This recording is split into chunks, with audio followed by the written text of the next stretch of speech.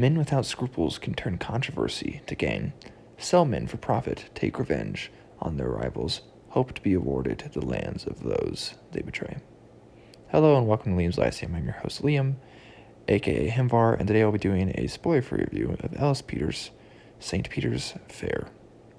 St. Peter's Fair is a 1981 novel by Ellis Peters, which is a pen name for Edith Pargeter. It is the fourth Cadfael Chronicles book, the first one being A Morbid Taste for Bones, and then followed up by One Corpse Too Many, and then Monk's Hood, which I have read and reviewed all of those. I guess you could technically start here if you wanted. There's nothing really stopping you. No real reason not to read the first three as well, though, because they are just excellent. So this is, well, about the Feast of St. Peter at Vincula, which is in chains, on the 1st of August. The story begins a couple days before and ends a couple days after said fair.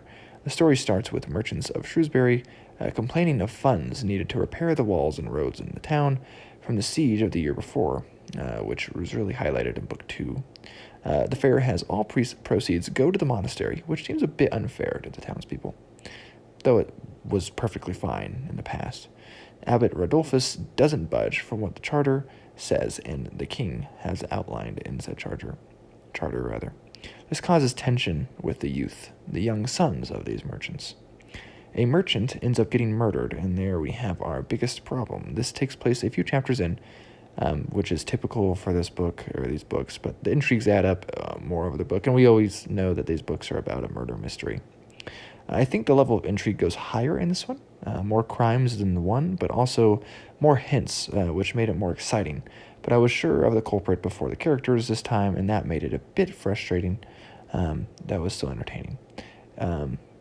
It feels like it also, that Peters uses a bit broader of a vocabulary than I remembered in the previous books in this one. But it was still easygoing and very, very much to the point of being cozy, but not quite something I could say is like strictly cozy since it is about murder. It really just does bring this world of high medieval England to life, though. The 12th century, the anarchy, our monk who is experienced and aged at this point, who takes care of his garden and people, spiritually and physically. It is a very, very cozy setting in that sense. It is also focused on the youth, as before.